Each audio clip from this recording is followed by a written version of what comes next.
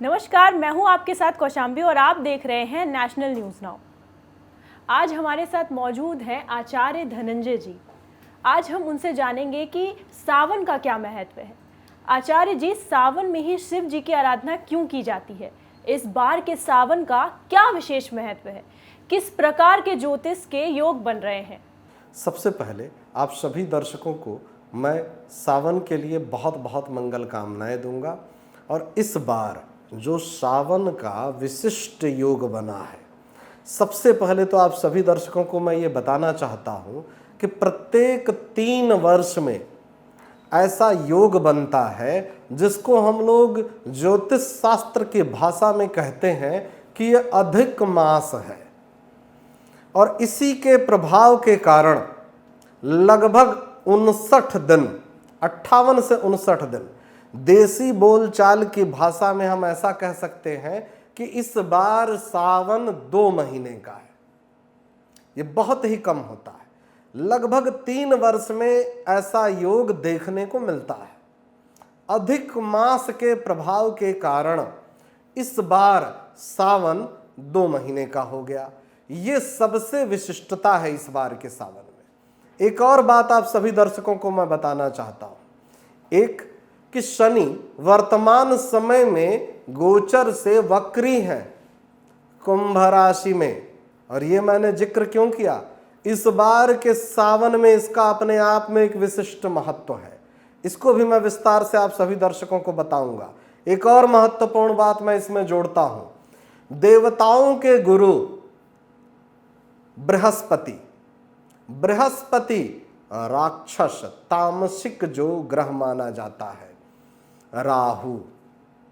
राहु के साथ योग बना रहे हैं। बृहस्पति राहु की इस युति को हम लोग ज्योतिष शास्त्र की भाषा में गुरु चांडाल योग कहते हैं।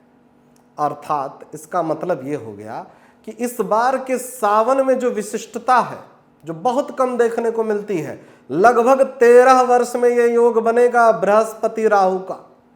3 वर्ष में यह योग बनेगा जिसमें अधिक मास होगा। और शनि वक्री होना, शनि का कुंभ राशि में होना 30 वर्ष में एक बार होता है। इतनी अधिक विशिष्टता है। इसका मतलब यह हो गया कि 30 वर्ष में ऐसा योग दुर्लभ है।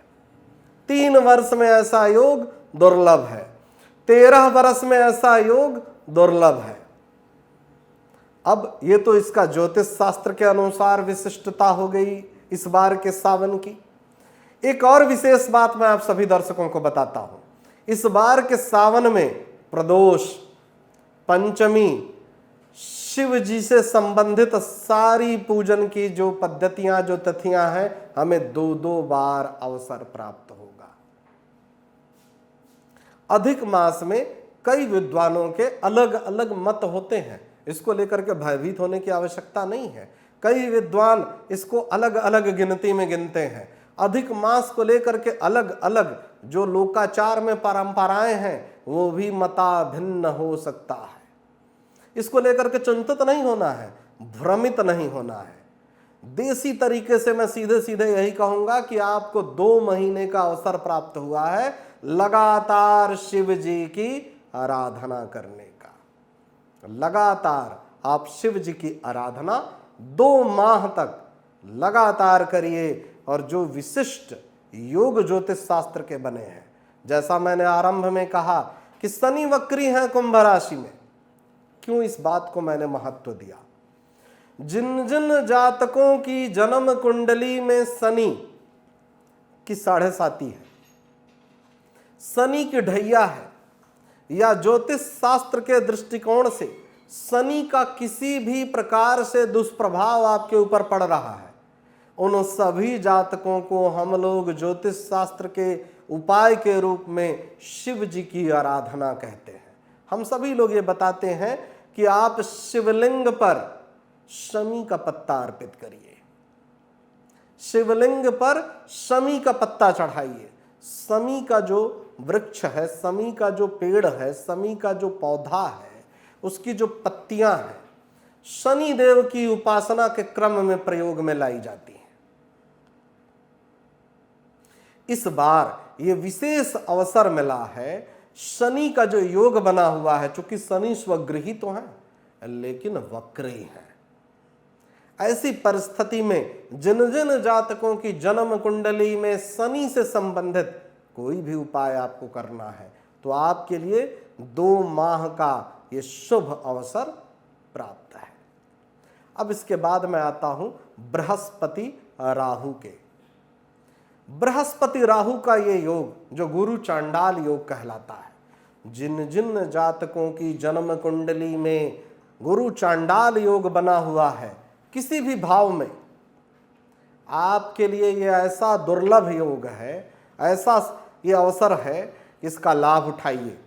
लगातार शिव जी का अभिषेक करिए। मैं हमेशा इस बात को दोहराता हूं कि शिव अभिषेको प्रिय। शिव जी को सबसे ज्यादा प्रिय क्या है?